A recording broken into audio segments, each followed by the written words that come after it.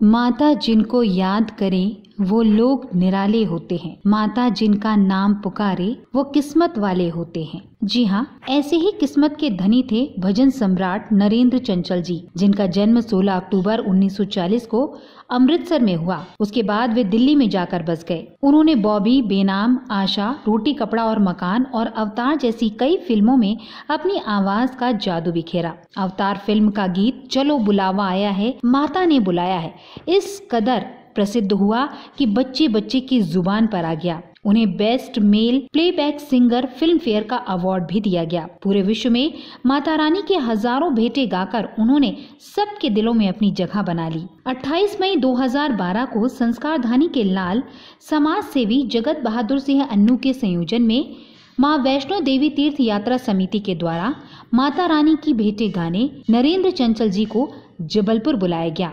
अनु भैया जहाँ हो, ये उनकी प्रेरणा से ही आज ये बनी है।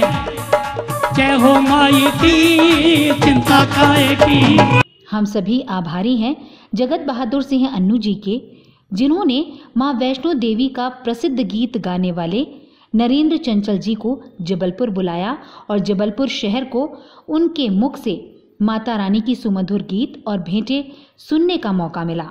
मैं गया वक्त नहीं कि फिर आ ना सकूं। जबलपुर शहर को संस्कारधानी कहते हैं जी। आप कितनी बार आए जबलपुर, कब कब आना हुआ, कब कब जबलपुर के लोगों को सौभाग्य प्राप्त हुआ और अभी कितने समय के बाद आप जबलपुर आ रहे हैं? सबसे पहले तो आपका धन्यवाद, जिन्होंने मुझे फिर एक बार जबलपुर में माँ की हाजिरी भरने के लिए बुलाया। इसके लिए मेरा धन्यवाद और कोटि कोटि प्रणाम। से मैंने इस धरती से मैंने बहुत कुछ सीखा भी है। पिक्चरों में जाने के बाद मुझे लगता है 5-6 साल बाद ही पहली बार मैं जब यहाँ आया तो ये सिर्फ ऋषियों मुनियों की धरती नहीं है, गुणियों की भी धरती है। श्रोता यहाँ के सुनने वाले जब भाव विभोर होके जब सुनते हैं तो गाने वाले का मन करता है कि वो और गाए और गाए और गाए। और इसी सिलसिले में मैंने उसके बाद लगातार, अब मैं गिनती तो नहीं बता पाऊंगा, पर मैं बहुत बार यहाँ आया और यहाँ आपकी नर्मदा, तो माँ नर्मदा के भी मैंने बहुत बार दर्शन किए हैं यहाँ पे। आज मुझे यहाँ आके आपकी समिति के सहयोग से माँ की वंदना करने का एक और सुअवसर मिला, उसके लिए धन्यवाद और एक बार फिर कोटि कोटि प्रणाम।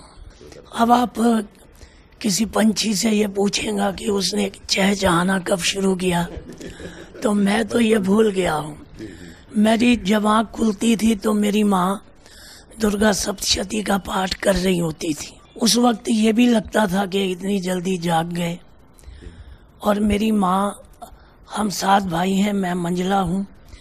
मेरी माँ मुझे ही सुबह सुबह बिस्तर से उठा के मंदिरों में ले जाती थी। उस वक्त अच्छा भी नहीं लगता था, पर जाके मेरा मन रम जाता था। तो शायद वही संस्कार अल्टीमेटली जाके बोले। जब घर में कीर्तन होता था तो मेरा क्रिकेट का टाइम होता था, लेकिन संस्कारों ने कभी न कभी कहीं ना कहीं बोलना होता है, और वो ऐसा बोले हैं कि अब चुप ही नहीं हो रहे। आपसे हम लोग संस्कारधानी के लोग और माँ वैष्णो देवी तीर्थ यात्रा समिति के लोग एक वादा चाहते हैं कि हम लोग को जब ऐसा लगे कि आप यहाँ आना चाहिए तो हम चाहेंगे कि आपका आशीर्वाद जबलपुर शहर को, संस्कारधानी को जरूर से मिले। मैं आपसे ये वादा लेना चाहता हूँ कि आपको जब क्यों लगे, आपको लगना ही चाहिए। और जब भी मैं गया वक्त नहीं कि फिर आ ना सकूं। धन्यवाद।